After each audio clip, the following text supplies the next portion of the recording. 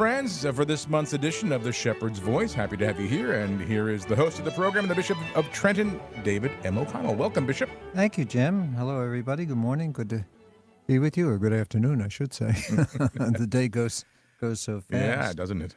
This has been a very busy month. In fact, I missed the radio program earlier in October. There's so many things going on during the course of the month. We had, in our diocese, we had the anniversary blessings, which we have every year, this year on the 2nd and the 9th. And we split the diocese. We have Ocean and Monmouth County at the Co-Cathedral, and we have Mercer and Burlington at the Cathedral in Trenton. So it was a beautiful celebration. Of course, the Co-Cathedral was full. It was very, very well packed. We had about 70 different couples in the cathedral in Trenton. So we always get a little bit more for Ocean and Monmouth County. But it was a beautiful occasion to celebrate marriage and all that marriage and family life means to us in the church today. We had our Catholic Schools Mass, which we have annually on Wednesday, October the 12th, which is, by the way, it's the feast of Blessed Carlo Acutis. And as many of you may know, Carlo Acutis was made blessed by Pope Francis. He is a young man. He died at the age of 15, born in England, and lived his life in Milan, Italy, but a saintly young man who is real inspiration for our young people. And last year I made, on the occasion of his beatification, made him the patron of all diocesan young people, and especially those in schools and religious education programs. So we had the opportunity to celebrate his feast day together with the school children, and again at the Co-Cathedral, a beautiful occasion. Our schools office in the diocese, Dan O'Connell, the associate director there, put together a beautiful mass and invited all of the schools, and we had good attendance. So it was great to have that opportunity to contact our students, and of course the usual picture taking occurred, which probably was longer than the mass. Right. Afterwards, with all the kids. And on October 15th, we had a rosary rally over at Incarnation in Ewing, Incarnation St. James. Maybe about 30, 35 people, and we participated in the call for praying the rosary that went out to the whole country, for our country, to pray for our country, and that was a good opportunity to be together with people. I love the rosary. It's such a beautiful and important prayer. Of course, October, the month of the Holy Rosary. So I hope people will continue to pray the rosary, and more people will pray the rosary. It's a very beautiful and a powerful prayer, seeking Our Lady's intercession. On the 16th of October, I consecrated and blessed our first diocesan shrine, and that was at St. Mary's out in New Monmouth, with Father Jeff Kegley there, and Father Mark Nilo, who is new parochial vicar, assigned there, and we had a beautiful celebration of that. The old chapel there. I don't know whether you've been out there. I've not yet, no, but beautiful. It's a beautiful chapel, and Father Kegley renovated it a little bit and really just made it a very hospitable and a welcoming place for people to come and worship the Eucharist 24/7. And it was really a very moving experience for me as bishop to see the great devotion people have for the Eucharist, and to hear from Father Kegley, who I think, has he been on our program? He was on to talk about that, sure. Okay, so Father Kegley was really just so instrumental in advocating this opportunity. Of course, as we know, there are many parishes that have adoration in the Blessed Sacrament 24/7.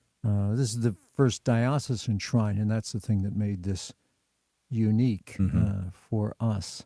And so I hope that people will have the chance to stop in and visit. Father tells me, he told me he has the 3:00 a.m. shift, because the church's law says that if the Blessed Sacrament is going to be exposed, there should be someone present exactly during that time. And so they take turns, they sign up. And we run a spot regularly, looking for adorers. Oh, do you? Yeah, Yeah. for the shrine. And that's true of all parishes, but certainly true there. Mm-hmm. And Father tells me, so when he goes over for his 3:00, there are people there, Yeah. 3 in the morning, Yeah, that's great. praying. So it's a beautiful, beautiful thing. Mm-hmm. I'm giving you a kind of a rundown of what October was like since I missed giving you advance notice of it earlier in the month. But we had the deacon convocation, and that was a beautiful occasion. Father Steve Sansevier, who was a deacon for many, many years in the diocese, gave the convocation to those gathered. It was a pretty full attendance. And then I celebrate the Mass. And then afterwards, as is my custom when I go to big gatherings like that, I give a chance for what maybe you would call a little State of the Union talk, just to explain some of the things that are going on in the diocese, and to give people the opportunity to ask questions if they have some questions, or to make some comments to me. And the deacons didn't disappoint. They certainly participated actively in it, and it was worthwhile for sure. Later that day, I went down to Howell, to St. Veronica's Parish, where we celebrated World Mission Sunday with Father P.J. Allen Dogan, the pastor there, and Father John Chang, who was the parochial vicar, and many representatives of missions who are in the area or who are promoting mission awareness in the country. It was a beautiful, beautiful Mass, and Father P.J. is the diocesan director for the propagation of the faith for our mission office, and so he hosted me. And it was the 200th anniversary of the founding of the Fund of the Propagation of the Faith for missions, and so it was a nice occasion. Monsignor Kieran Harrington, who was the national director of the Propagation of the Faith, was on hand too, and we honored some students whose drawings or artwork were selected to celebrate mission awareness and Mission Sunday, and so it was a beautiful, beautiful occasion. A number of priests were present, and a number of sisters who are missionaries and serving there. Then the next day, I went to, not too far away, went to West Trenton to celebrate the 75th anniversary of Our Lady of Good Counsel Parish. Father Ariel Robles is the pastor there. And that was a pretty full church and a great celebration of 75 years of service here in West Trenton. And Father Ariel is, he's a very talented fellow, and he had the church beautifully decorated. It was really a very, very nice celebration. And then we blessed the newly renovated church center there, which is underneath the parish church, and then pretty full. And they had a nice luncheon provided for people, and it was great. I enjoy traveling around the diocese. Give me a chance to get to the different parishes and let people see that there is a bishop. They have a bishop, and that the bishop loves them very much and cares very much for them.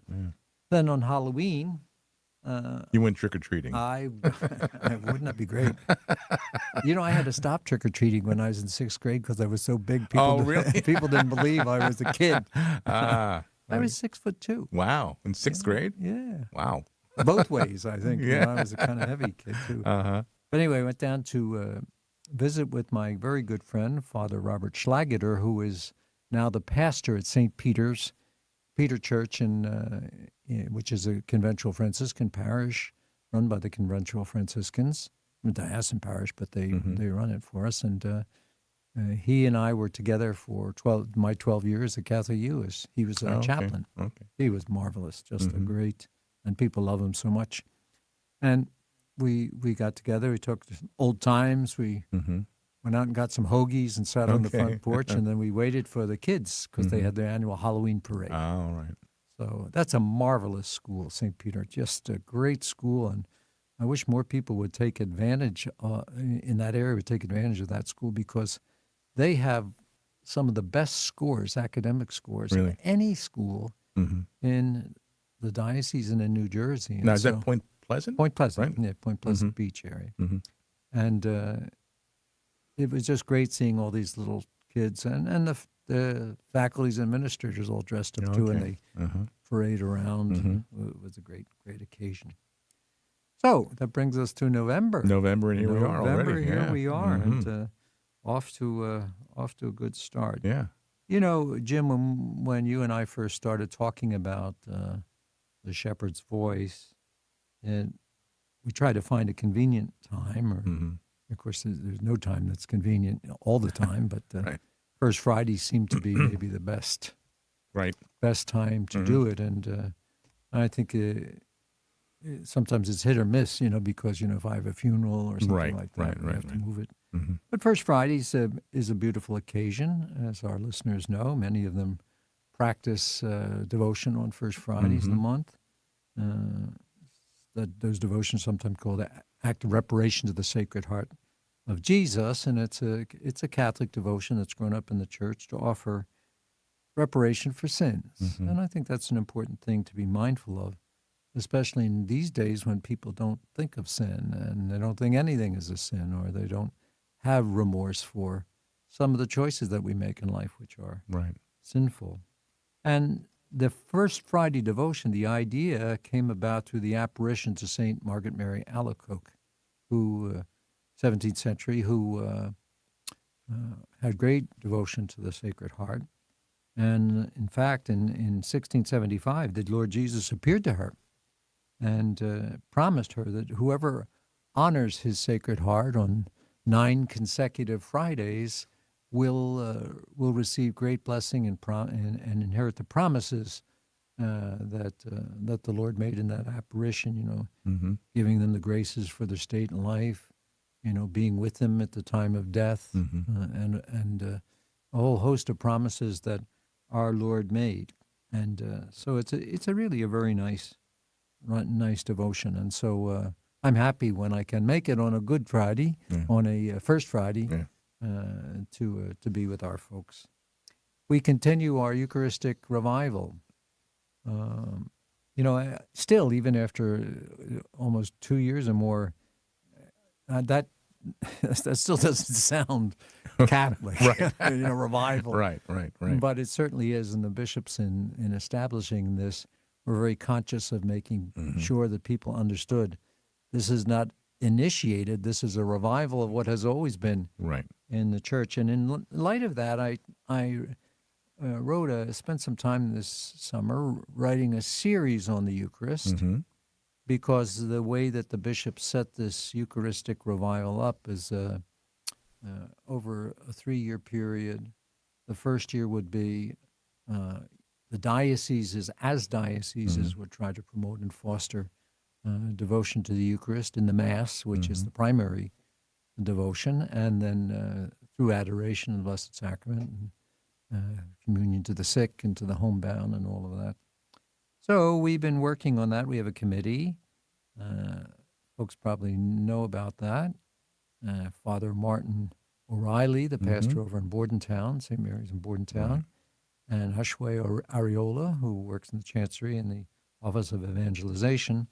They're the co-chairs, and they have a committee. Hmm. And they're developing different things that we can do within the diocese to honor our Lord's real presence in the Blessed Sacrament. Again, both on the altar Hmm. at Holy Mass and in the tabernacle and in adoration. And so they've done a very, very good job, and they're continuing their work. We started with a Eucharistic procession on the Feast of Corpus Christi, Hmm. which is very appropriate for that. And actually, many parishes restored the practice of Yeah. Eucharistic processions Hmm. that day. And the parish phase of the Eucharistic revival will begin this coming Feast of Corpus Christi. Hmm. And so we're encouraging all of the parishes to develop or reintroduce devotion to the Eucharist, Hmm. as we have had in the past. We used to have a practice 40 hours devotion, Right. where you'd take 3 days and 3 nights where you would have the folks invited to the parish church, and they generally would bring in a speaker who would speak about the Eucharist and have Mass and benediction, the Blessed Sacrament. And those are always great occasions. I remember them growing up Well, the Archdiocese, I think, still has them around the feast day of the parish. in Or they Philadelphia. encourage it, yeah. Yeah, they encourage it. Hmm. In our diocese, here in the Diocese of Trenton, we celebrated 40 hours devotion at St. Hedwig's Parish this year. Mm-hmm. And St. Hedwig's is our national Polish parish, Catholic parish here in the Diocese of Trenton. Father Jacek Lewinsky is the pastor there, been there for a while. Mm-hmm. And it's celebrated in both Polish and English, but largely Polish. We had a speaker, very fine speaker, who gave a homily in Polish. And then another priest, a Pauline priest from New York, who came. The Paulines are the priests that run the Czestochowa Shrine in Doylestown. And he came and spoke in English to the people. And then we had benediction, and then the priests who were present and the deacons and their wives. We had a nice dinner afterwards. I was a little disappointed. I told Father Jacek, I said, what, no pierogi? I was expecting Polish. And he's a good man. Yeah. And so we had that devotion.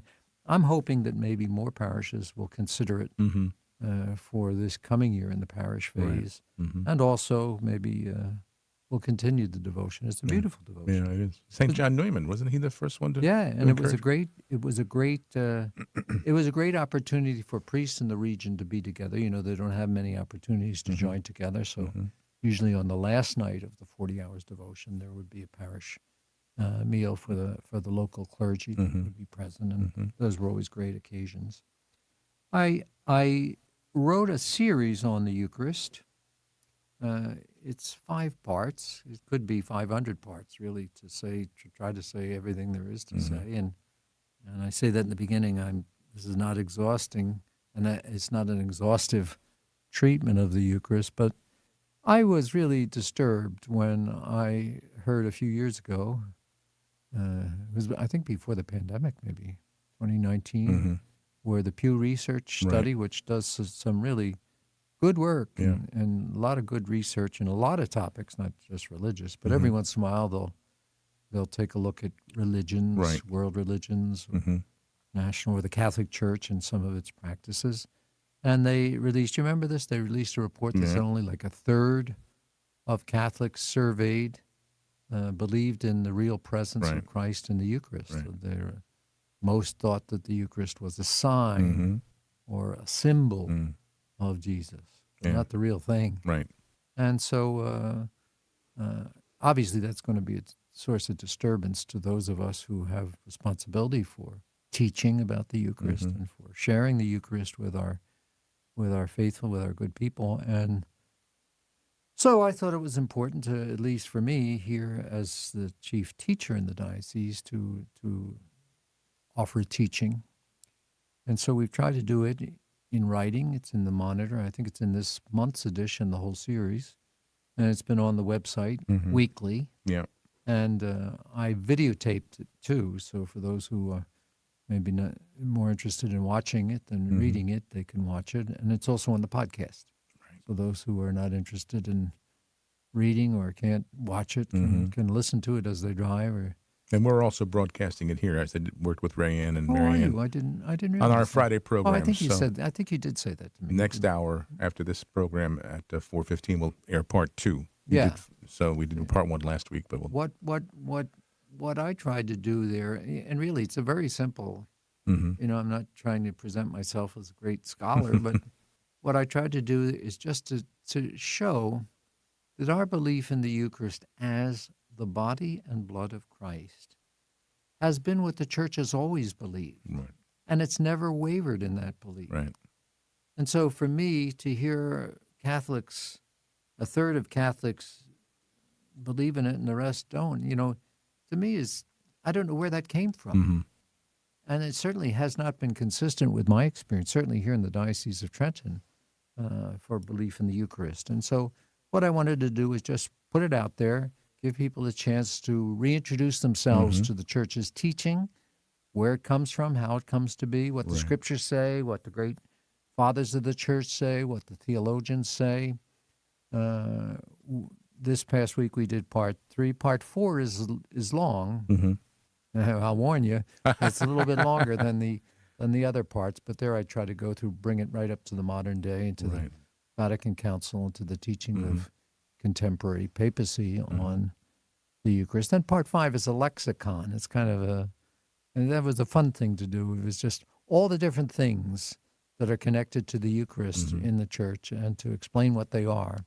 Because, although people may, or hopefully certainly do believe in the Eucharist, the things in the church that surround the celebration of the Eucharist, maybe they don't know what they're called. Or people often ask me, what is that thing? What do you call that? And so I've tried to set that up. So hopefully it'll make some contribution to our people's beliefs. This month, Jim, as you know, is the month of the Holy Souls, and you just had some folks in talk about it, and this has been a long time devotion in the church. Actually, predates the church in the Book of Maccabees, and it's a holy and wholesome thought to pray for the dead. Is there in today's Office of Readings, in Friday's Office of Readings today, the Book of Maccabees says that, and 2nd century, maybe 6th century, were centuries where this was put forward as a prominent part of our Catholic tradition and our doctrine. 11th century, around 1048, became standard practice.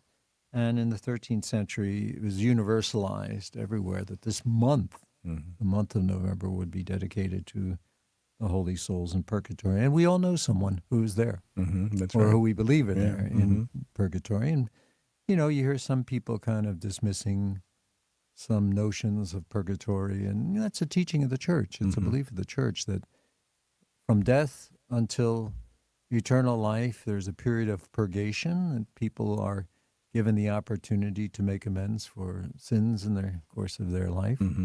And so it's an important teaching. This week, I was in Belmar on All Saints' Day.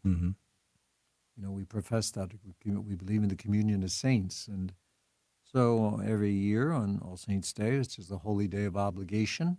This year, this year. Because we're lucky it was on Tuesday. If it was on Monday, it wouldn't have been, Or Saturday, right? Even the bishop gets confused. That's right, I know. About these. Why we had to play around with those dates, I'll never know. But anyway, so I went down. Monsignor Arnister and Father Chris Dayton had invited me to come and celebrate All Saints' Day with their religious education class. Okay. There were about 200 kids from the religious education, and church was filled and beautiful. And that's always a challenge when you're talking to youngsters and you're talking to adults. Right. You want to make sure that you have something to say to both groups, something that they'll both understand and appreciate. Right. But I was, it's always such a thrill as a priest when you get up to celebrate the Holy Mass, to do it in front of a full church and to see the great devotion of people. And that certainly was evident at St. Rose in Belmar. And the little kids, of course, they came dressed as different saints in the procession, including Carlo Acutis. I saw one of them dressed as Carlo Acutis. Carlo Acutis, I mentioned him, died at the age of 15 of leukemia. But he was the one, he loved computers.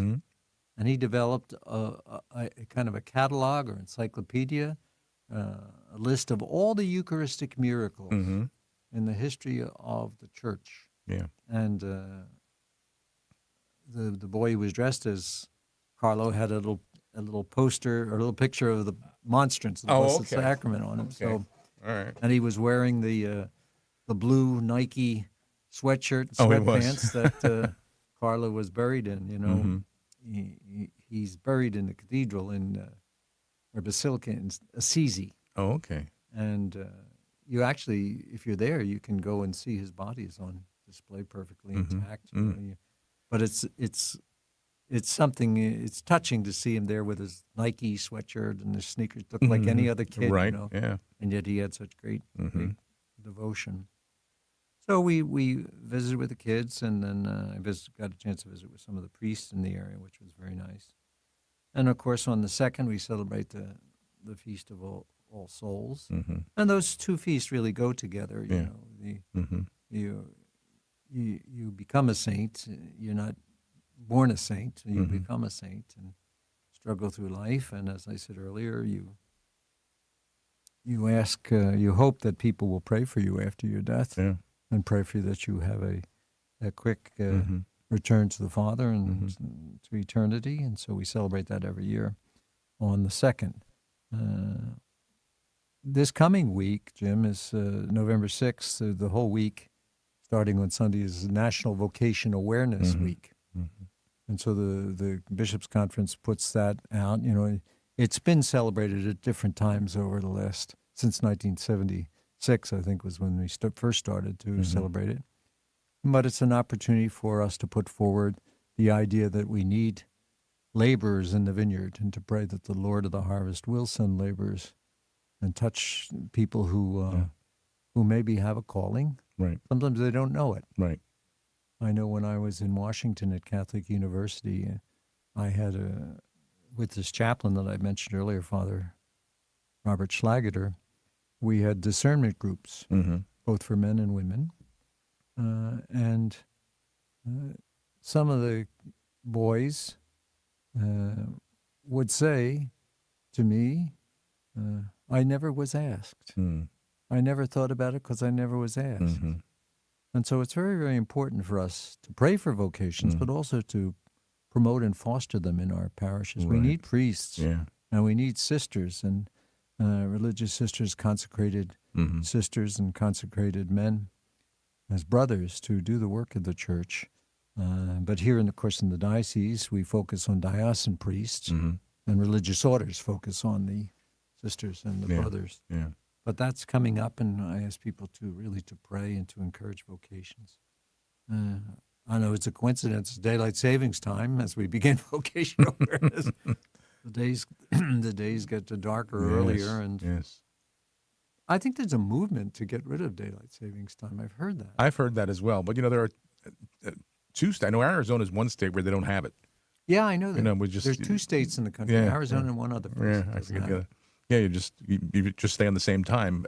It just, you know, it switches. Strange. Everybody else switches, and you're And I know Europe's daylight savings time was last week. It was? Yeah, Okay. it started last week. All right. So. Yeah, but I have heard talk as well that to do away with it. I think that's been kind of shot down by people. I don't know why they want it, but I mean, why they would want to take it away, I don't know. Yeah. Just confusing. But This week, of course, Election Day, I will be so glad when this election is over. You cannot watch a decent program on television without 400 commercials Political about ads, political yeah. candidates, and you know, and it's as annoying as can be. And of course, you know, they're all pitted against one another, Right. and we're all treated to a lot of incivility and Right. ugliness in some of Right. those commercials. So I'll just be glad when that is over. But, you know, Bishop, I think maybe real quick, we never tell anybody who to vote for, but what is a Catholic's obligation toward exercising their right to vote? Well, I'm going to say something yeah. about that because we're going to talk about it when Okay. the Bishop's meeting is coming. Okay. This Friday, the new president of Catholic University of America in Washington, where I worked for 12 years, is going to be installed, inaugurated down there, and so I hope to make it as the old guard. It's hard to believe. It's 24 years ago I went to Catholic University. Really? 24. Now, did you know that Judy Garland's dress was there from The Wizard of Oz in the Catholic University? Oh, I didn't know anything about that. Yeah, they found it there. Oh, I know they have since then. Yeah, But in it my must have time, been I there. never heard But it must have anybody- still been there somehow, right? You It know, was there's a hidden lot away of somewhere? celebrities who went to Catholic, Oh, okay. Yeah. Catholic University. Yeah.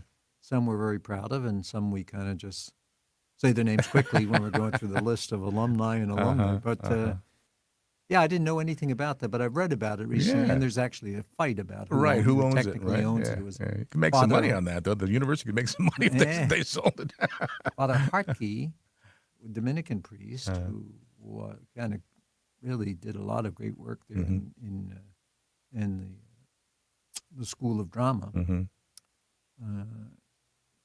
That it was given to him somehow, Yeah. and it was preserved there. And for years, no one even knew it was there. And Exactly, I guess yeah. recently, last year, Yeah. maybe someone was going through the boxes and Yeah. found it, and then some of Father Hartke's relatives said, "Well, you know, the dress belongs to us; it's part of the family's." Father Hartke's legacy, and the university, of course, had a different point of view. So I don't know where that stands at the present time. I can tell you I have about zero interest. I in, always think of auctioning it off. yeah, wouldn't that be make some something? money, Yeah, sure. make some money for the place. Yeah. So I'm looking forward to that. Dr. Peter Kilpatrick is a layman, convert to Catholicism, who is now assuming the presidency there. He's been there since the summer, but and we had an opportunity to meet with him in Spring Lake earlier in the season when he came to visit with the alums at an alumni event. So I'll visit with him. I'm staying on overnight because the Diocesan pilgrimage is the next day. Mm-hmm. The 11th, by the way, is also, as we know, it's Veterans Day, Yeah. and so we honor those who have served Mm-hmm. our country so honorably. So I'll be happy to be in Washington on that day for Catholic University, but also a day when the nation remembers our great women and men in uniform. The pilgrimage should be beautiful. It's going to take a Eucharistic theme, obviously because of the Eucharistic revival. Mm-hmm. In communion with Jesus, I think, is going to be the theme of the day, and that will be a nice opportunity. We haven't had a pilgrimage to the Basilica of the National Shrine for a couple of years because of the pandemic, and so we cycle these pilgrimages every couple of years, or we have been cycling them every couple of years. I guess the last pilgrimage was 3 or 4 years ago. I forget now, but we had 56 buses going from the diocese, from the different parishes, and it was a beautiful day. This year we only have 22 buses going, so it's cut in half. I don't know whether maybe the interest in such types of things is waning a little bit, or the people who always were enthusiastic, of course, they've grown older and maybe a little less eager to travel in a bus to D.C. But it should be a great day for those who do attend. I look forward to greeting them there. I'll already be in Washington, so it'll be an opportunity. We have Mass at 2:30 in the afternoon. During the day, there'll be confessions and talks and other things. People have the opportunity to visit the shrine if you haven't been there. It's a beautiful national church. Just like Catholic use the National Catholic University, that's the National Catholic Church in our country, and so that'll be great. Then I'm staying on again for the bishops' meeting, the annual bishops' meeting, which starts on Sunday. Some of the committees meet on Sunday, and then the actual meetings will occur of the body of bishops will occur on Monday, and that'll go from Monday to Thursday. So I look forward to that, and in a minute I'll just give you some sense of the agenda, one of which is your question that you raised. On November 13th, next Sunday, is the World Day of the Poor. This is the 6th annual commemoration or celebration, I guess, would you say? No, maybe not celebration, but certainly remembrance of the poor throughout the world. Our Holy Father has written a message for that, which we'll post on the Monitor website of the diocese. Also, that will be the day for the Catholic Campaign for Human Development collection. We have a national collection for that campaign every year. You know, it's hard to imagine when I think of world poverty. It's not something that's easy to conceptualize when you think of how many billions of people there are on the planet.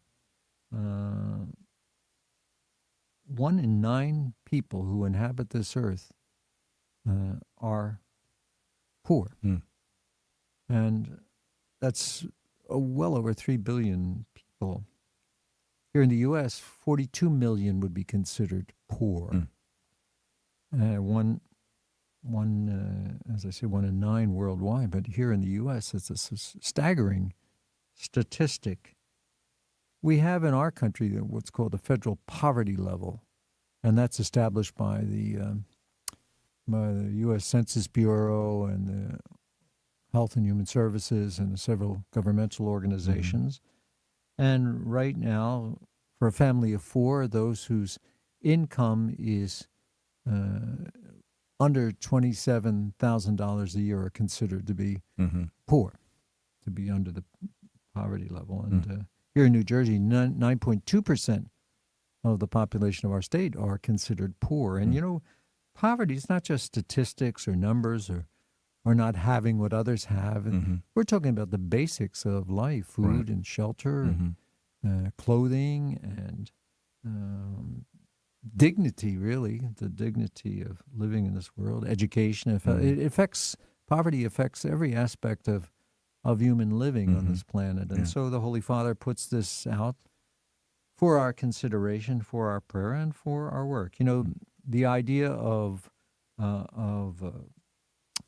being conscious of poverty is very present in our Catholic social teaching, and it always has been, you know, and it's rooted in our basic regard for the dignity of human life. And how about that? It touches so many areas of endeavor in our life, and each person is sacred from the moment of birth, and also each person is social. They have some responsibility one for another, created in God's image.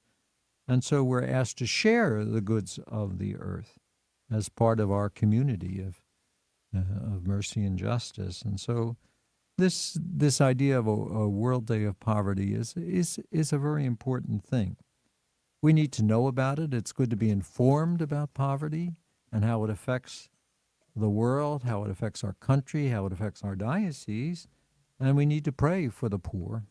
But we also need to do something. We need to act. And that's why we have Catholic Campaign for Human Development. It's why we have Catholic Charities. It's why we have Mount Carmel Gives. Why we have the Mercer County CYO. It's why we have the St. Vincent de Paul Societies to help and serve those who are in need. And so many interfaith charities as well that are worth supporting. So be conscious of that. Back to the bishops' meeting. This is our first in-person gathering. We're not Zooming this year. We're going to be in person again. I always find when I go to the meeting, half of the people I don't recognize because so many retire and so many new bishops are appointed. Yeah. So there are multiple items on the agenda. Of course, pro-life is always an issue. And the focus since the summer 6 Supreme Court decision is shifting a little bit to what is it that we can do to help pregnant women and walk with moms in need is the initiative that you hear about, and that's so very important. So we're going to discuss that and maybe get some ideas there to bring back to our dioceses. We're going to establish kind of a list of priorities. It's time for us to establish a new 5-year plan, so that'll be on the agenda. We'll elect new officers, a new president of the United States Conference of Catholic Bishops, a new vice president, and different chair people on the different committees. We'll have the usual reports that are given, and they can be a little bit strained. You kind of have to hopefully have a comfortable seat because the reports go on and on and on. Right. And then we're going to look over this idea of faithful citizenship that you asked about, because as you say, the Church does not endorse the Catholic Church does not endorse any political candidates or any political parties. But that doesn't mean the Church is absent from life in the public square, as they call it. And so the Bishop Conference wrote a document in 2007, it was 2007, called Faithful Citizenship, Forming Consciences. And every couple of years they take a look at it again and revise it, and that's up for discussion again this year. It's a 44, 45-page document. And frankly, I don't know a lot of people who read it. So, how influential it is on people, I'm not sure. But the Church does have a responsibility to encourage people to be good citizens, but good citizens who are faithful to what they believe. That's where the conscience comes in. Sometimes people talk about consciences. Well, my conscience means I can do whatever I want. Right. And that's not what a conscience is. Conscience has to be formed. Right. And what's it formed by? It's formed by truth. And who teaches the truth? The Church. Right. I don't vote for this candidate or that candidate because he's Catholic or not Catholic, or even because I'm Catholic. Right. I vote for those people because they represent what I believe should be the way that that our life and our times should move forward. Mm-hmm. And that's absolutely based on Right. my faith in God and my faith in the church and what it teaches. And so to say that that shouldn't enter into I just think that's wrong thinking. Mm-hmm. Your faith is part of your life. Right. And that's true of us, those of us who are voted, and it should be true for those who are voted for. Yeah. Their faith should influence their life and their decision making. So we don't have a Catholic slate of candidates. We have candidates who are Catholic and many who are not. Mm-hmm. And we who are Catholics are encouraged by the Church to exercise our civic responsibility for the common good Mm-hmm. and to vote.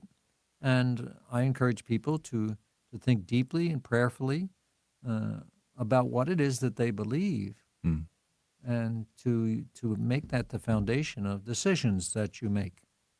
And I'll leave it at that. Does that answer the question? Well, yeah, I guess that, as people go to the voting booth, you hear a lot about the confusion. I guess, people are confused because we have a man in the White House who calls himself Catholic, but is so far away from so many of our Catholic teachings and beliefs that how do you justify that? And how Yeah. to, And a governor as well. and a governor as well. That's right. Yeah, and many others. It's not Yeah. just those two. No, but those are folks. for us here in New Jersey, especially. We think about the governor, but I just people have to go with as you say, well-formed conscience. And how do they get that well-formed conscience?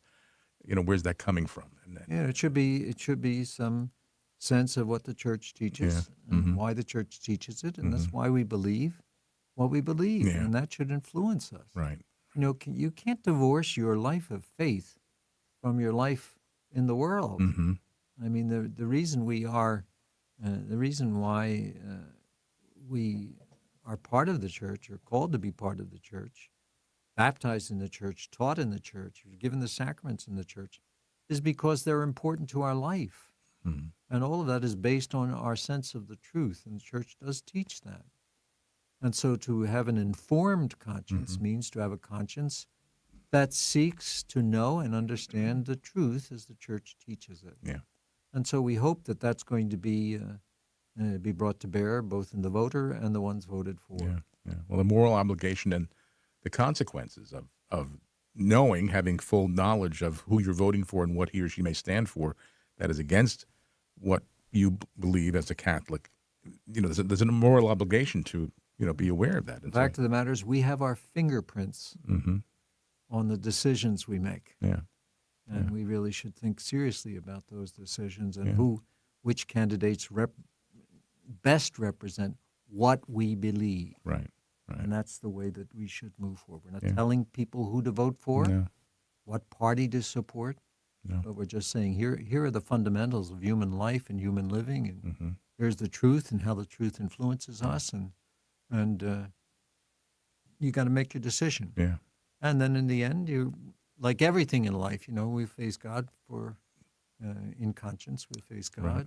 Mm-hmm. in a sense of accountability for the decisions we make and the things that we do. Yeah. So Mm-hmm.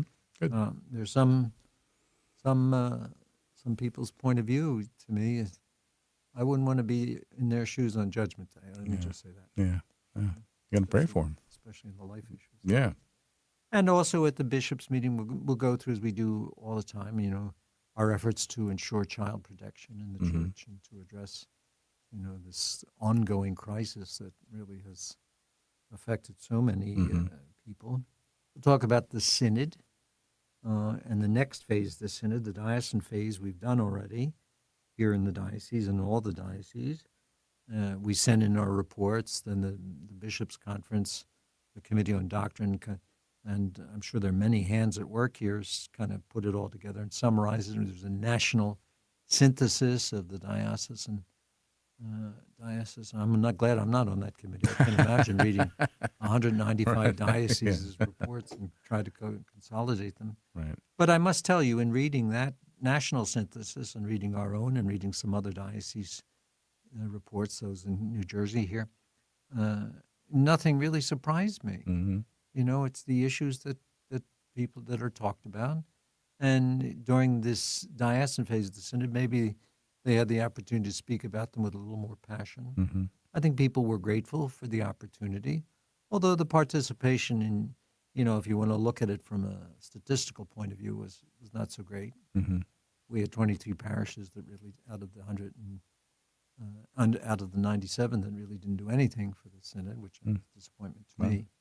But those who did a great job. We had two co-chairs, Mary Liz Ivins, who was longtime principal at Notre Dame, and who works now in child protection for the diocese, and then Deacon Pat Brannigan, who used to be the head of the New Jersey Catholic Conference, the director, working with our Chancellor, Terry Ginter, and they did a wonderful job traveling around the diocese, giving talks and encouraging these listening sessions. That was the big word, listening. And from the beginning, the Holy Father made it clear that the point of this was not to change the teachings of the Church, but to hear what people are saying. And of course, they continue to be suspicious that there's other motive for the synod, and that discussion goes on and on. There are some websites and some other journalists, if you want to call them that, I'm not sure, that no matter what comes out of Rome, it's bad. No matter what comes out of a bishop's mouth, it's wrong. Every bishop is bad. No bishop is good. Even the good ones are not good. Right. There's an ulterior motive. You just get tired of hearing it. That we just got. No, I was reading yesterday an article saying that they're evaluating this in their gay marriage and women priests, and this is all this is coming out through the synod. Well, it comes up. It comes up, but it doesn't mean it's going to change. It doesn't. It doesn't mean it's going to change, and but again, people are just even the way sometimes that the phrasing is in some of these reports. I mean, you have to say it some way, right? And people just take it any which way. And of course, we live in a time where, the vitriol is everywhere, and including in the church, right? Bashing one another back and forth. The point of the cinema is just listen, hear what people say. I always say we evangelize. We want people to come into the church. Nobody wants to come into a church that's beating itself up and tearing itself down. Yeah, and these people who set themselves up, as arbiters of truth, who have no, they don't have, they're not consecrated, ordained. Yeah. They're not part of the magisterium, right? In the sense of the authentic teaching magisterium, but they set themselves up as an alternative magisterium. So you can almost count on it when something comes out of the Holy See, or comes out of Rome and the Vatican, or comes out of the Bishops' Conference, or even locally comes out of my office. That people are just going to criticize it just because that's where it came from, right? And maybe. It's sad. It is. That's the time because we're called to build up the kingdom. We're not called to tear it down. Yeah, that's right. And that's happened. A lot of destruction. Yeah.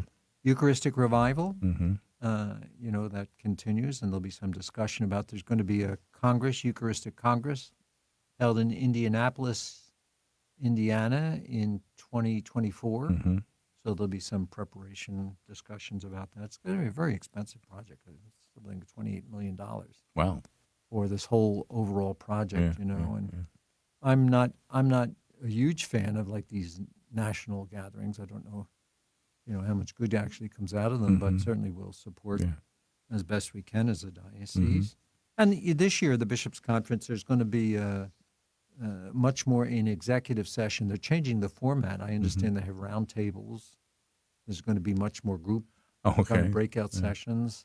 And that more of it is going to be executive, so that means it won't be covered by the press. It won't be on the television on a continuous basis. And some people say, "Well, we are not being transparent," and all this. You hear that, and then others say, "Well, really, the meeting is for the bishops to try to help move the church forward." And with the cameras rolling, it's hard to do that honestly. And I can tell you as a bishop, and I have respect for the Bishops' Conference, and I have respect for my brother bishops, but, we are human beings, and some like to play to the camera, some have never met a microphone they didn't like, right? And so that some of us will chuckle together during the meetings and say, well, okay, these 5 guys are going to get up. We know they will, no matter what the topic. But I think it would be good for us to have an opportunity together to talk without worrying about what's going to appear in the. It's almost like when you think post-pandemic, things must have changed, and just as far as the people go, and their attitude toward even going to mass anymore, because I'm so used to sitting at home and watching on YouTube. Yeah, and the pastors are telling me, the priests are telling me that that the attendance is stronger and better, and it gets better and better as time goes on. But it's not where it was. I think some people are just still afraid. I mean, and you hear every once in a while there's a wave of news coverage of, it's a new wave of a new type of COVID is coming out and all of this. And, the vaccines, we were lied to and nothing really works. And, you hear all these kinds of things and you don't know what to believe anymore. Yeah. So I just say, you just get as much good information as you can and make the decisions that you make. But I'm happy to see the churches are filling up again. And, of course, this Christmas will be an interesting time to see how we make out. It's Sunday. It's on a Sunday. Yeah, it's on a Sunday. So that's probably not the pastor's favorite day for Christmas to fall on, right? No, yeah. But I mean, it has to. It has to be on Sundays once every couple of years. That's right. So, and before Christmas, of course, we have Thanksgiving, and that's a wonderful time in our country to thank God for all his many blessings and gifts, and we'll do that early in December. I'll be back in December, but December 4th, I just want to put a plug in for our Diocesan Festival Choir under the direction of Sean Mack. We're going to do Handel's Messiah on December 4th at St. Joseph Parish in Toms River. Okay. And so the festival choir will be there, 3:00 in the afternoon. So that's worth considering, if you're looking for something nice. What day of the week? Is that a Sunday? December 4th? I don't. If it's in the afternoon, it must be a weekend. If it's at 3:00. It's got to be. It's got to be a weekend. It's not going to be on that week because it's 3:00. It's either a Saturday or Sunday. Yeah. I could find that out right now. Oh, you got a counter right here. Hold on.